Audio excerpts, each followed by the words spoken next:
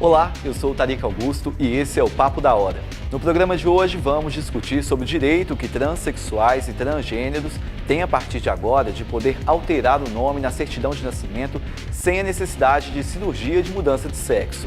Isso seria tão simples assim? Fique ligado, o Papo da Hora está no ar.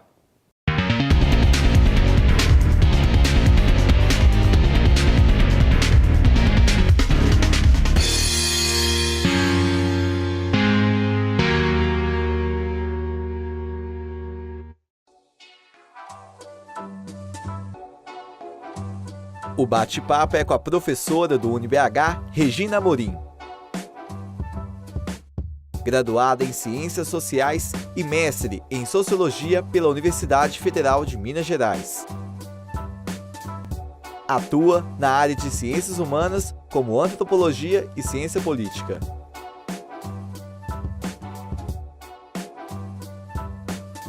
No dia 1º de março, o Supremo Tribunal Federal entendeu ser possível a alteração de nome no registro civil, mesmo sem a realização de procedimento cirúrgico de mudança de sexo.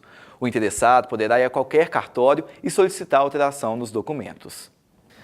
Professora, desde já, muito obrigado por ter aceitado o nosso convite. Ô, Tarik, sou eu que agradeço, falar de um tema tão importante para a atualidade, então eu me sinto muito honrada de estar aqui. Obrigado, viu? Que isso. Para começar, como que é visto o transgênero na sociedade atual? Olha, Tarik, houve uma evolução muito grande em relação ao respeito e o entendimento do que é o transgênero, Porque durante muito tempo o preconceito ele prevaleceu.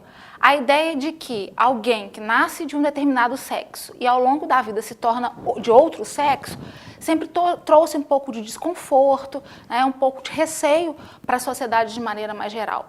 Mas eu entendo que nós temos uma evolução nesse sentido do respeito às diferenças. Então, se a pessoa entende que ela naturalmente é um homem, mas que as suas características, o seu pertencimento, a sua forma de vida, a forma como ela se vê, se é uma maneira feminina, acho que cabe à sociedade respeitar essa decisão. Isso é fundamental. E essa decisão do STF seria um avanço contra o preconceito? Olha, é um avanço gigantesco em relação a esse preconceito, a essa aceitação. Porque temos a Suprema Corte do nosso país tomando uma decisão de permissividade do uso do nome social, isso é um avanço gigantesco. Esses grupos têm militado, eles têm reivindicado essa possibilidade para evitar o desconforto, para evitar estranhamento em determinados ambientes que eles vêm sofrendo. Então, nada melhor do que juntarmos aí uma legislação, uma formação que é legal ao costume, à tradição, para que a gente comece a modificar esses padrões. Então, a gente entende que é, sim, um avanço muito grande, já que a legislação, muitas vezes, não consegue acompanhar as demandas que a sociedade nos traz. E, Regina, os argumentos usados para vetar a decisão têm como base ideologias cristãs, mas o nosso Estado ele é laico, O que você pensa sobre isso? Olha, Tarik, é muito importante que a gente continue tendo institutos como a religião, como as próprias formações de grupos diversos se manifestando. Por isso que a gente vive uma democracia, por isso que a gente precisa dar voz e vez a todos esses grupos. Mas uma decisão legal, fundamentada em argumentos políticos, torna-se uma questão muito perigosa. Como você bem disse, o nosso Estado é laico.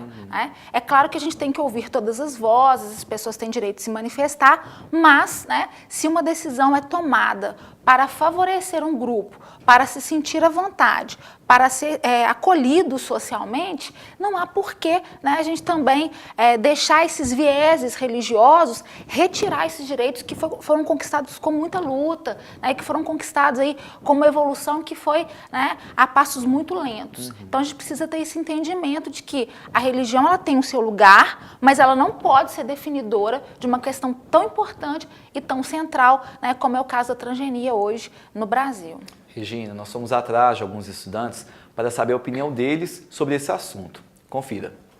Olha, eu sou a favor porque é uma forma, além de inclusão, é uma forma também de diminuir o constrangimento que os transexuais passam, às vezes, no âmbito acadêmico. E também no meu curso mesmo eu tenho um exemplo de um transexual que na verdade ele tinha um nome masculino. Se ele puder usar um nome feminino que representa mais a identidade dele, eu acho que vai ser uma coisa melhor para ele, mais bem-vinda e mais inclusiva para a faculdade. Eu acho uma boa atitude mesmo. Vai haver muito preconceito, porque não é todo mundo que aceita a população é muito preconceituosa ainda. O Brasil ainda tem muito essa ideia de que homem é homem, mulher é mulher e tem que ser assim. Então eu acho que a gente mais tem que respeitar a opinião alheia e aprender com isso. A gente tem que adaptar essa mudança. A decisão do STF, para mim, ela é um pouco contraditória, porque eu não acho normal, entendeu? Essa transição de homem querer se tornar mulher e mulher querer se tornar homem, entendeu? Não é normal. A religião, ela criou o homem e a mulher, então eu não sou a favor, sou contra. Daqui a pouquinho a gente vai mostrar outras opiniões também. Regina, como que deve ser a educação da sociedade para lidar com essa educação? Como que as pessoas devem ser preparadas? As nossas crianças, elas devem ser o nosso foco, né? Considerando que as crianças, elas têm um desprendimento maior para se relacionar com o diferente, com o novo. E aí a gente entende que, com o passar do tempo, essas escolhas elas vão se tornar cada vez mais tranquilas, mais comuns, e a convivência vai se tornar bem mais harmoniosa. Porque a questão da construção da identidade, ela evolui ao longo do tempo, né? E essas crianças vão começar a serem criadas junto com essa evolução da identidade. Então isso é muito importante, né? Para que a gente tenha aí uma mudança consistente, uma mudança sólida, até do pensamento, né? De que essa opinião identitária, ela também deve ser respeitada de acordo com cada indivíduo. E com essa mudança é esperado que o preconceito diminua. Mas será que vai ser tão simples assim? Você acredita?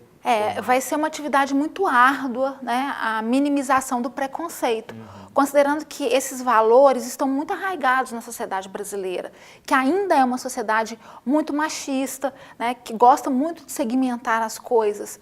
Uma das estudantes disse, homem é homem e mulher é mulher, né? Então a gente vê como que a questão biológica ainda tende a ser o maior denominador, né? E aí a gente precisa ter uma introspecção maior para entendermos, né, que essa questão da identidade, ela também tem valores subjetivos, ela também está condicionada por uma série de questões culturais e a gente precisa ver isso tudo, né? A biologia, ela não é o único responsável, ela se influencia, mas ela não é o único condicionante da formação da identidade.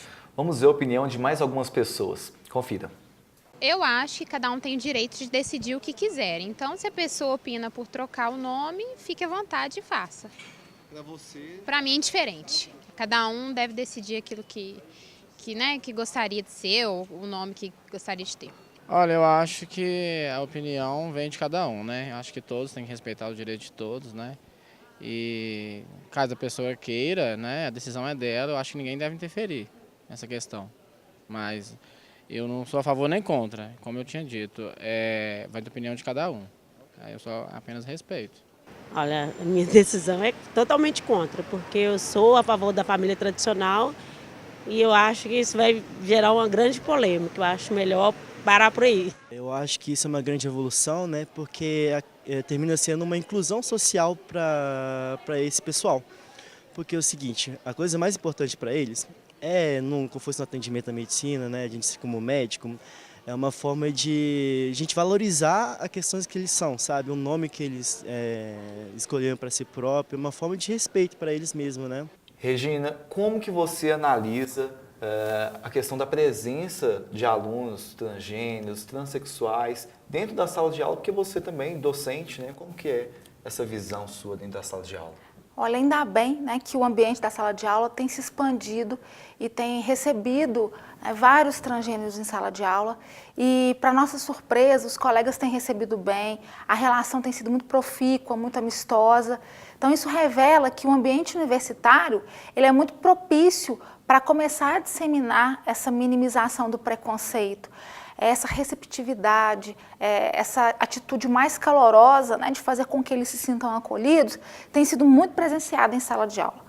Obviamente que por vez ou outra a gente tem algum estranhamento, algum indivíduo que, inclusive por questões religiosas, também procura se afastar, mas no geral a gente tem visto que o papel da universidade ele tem sido central para fazer com que esse indivíduo se sinta acolhido e que ele se sinta realmente socializado. Você já chegou a presenciar algum tipo de preconceito dentro de sala de aula com esse grupo específico de transexuais, transgêneros? Em sala de aula nunca, né? No momento ali da docência, no momento de ministrar a aula, não. Mas nos ambientes dos corredores, às vezes alguma piada, alguma brincadeira de mau gosto, algum comentário meio infundado, infelizmente isso ainda acontece.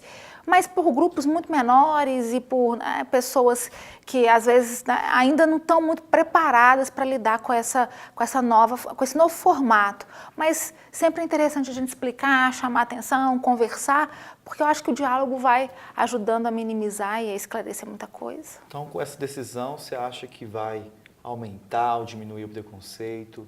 Não, a decisão com certeza vai fazer com que as pessoas comecem a se acostumar e a diminuição vai vir ao longo do tempo. Não tão rápido, né? A gente imagina que a longo prazo isso aconteça, mas não imediatamente. É uma coisa que virá aí ao longo dos anos, assim a gente espera. O mundo vem transformando, né, Regina? Tudo... E com muita rapidez, né, Tarik? Com uma velocidade incrível. Então, eu acredito que a presença dos transgêneros vai se tornar uma coisa tão comum, tão trivial, que a gente não vai precisar parar as nossas atividades para falar sobre aceitação, sobre o nome ser oficialmente e legalmente estabelecido, dado. Então, acho que essas coisas vão se tornar muito tranquilas. Por ser uma coisa nova, acaba gerando essa polêmica mesmo. Tudo que é novo traz uma certa debate, né? E uma certa instabilidade, um certo desconforto, uma certa desconfiança, mas a gente entende que as pessoas têm tido essa interpretação, elas têm aberto a percepção, e a religião tem se mostrado cada vez mais próxima dessas questões, tanto do lado dos cristãos evangélicos, dos católicos, a gente tem tido sim uma evolução, isso é importante. O pastor Silas Malafaia publicou em seu perfil no Twitter essa mensagem.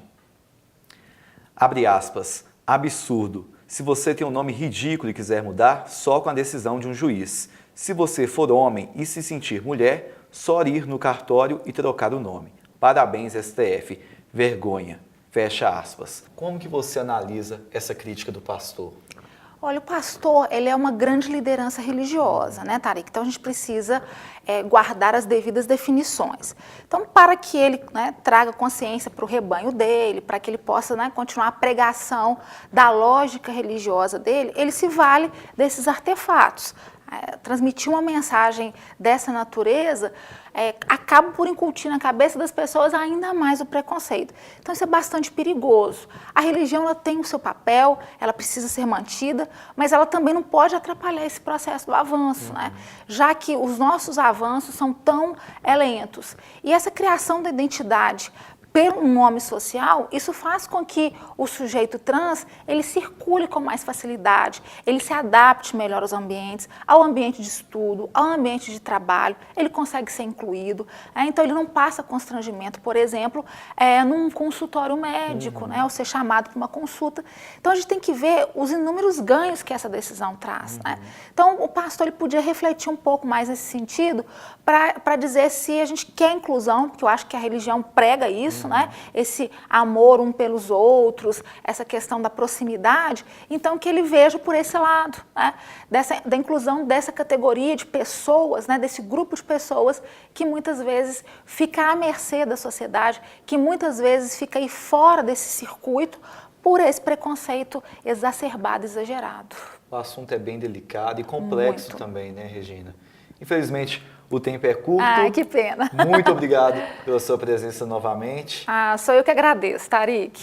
O Papo da Hora fica por aqui. Você pode nos acompanhar pelas redes sociais da UniBH TV que aparecem na sua tela. Obrigado pela companhia e até a próxima. Tchau.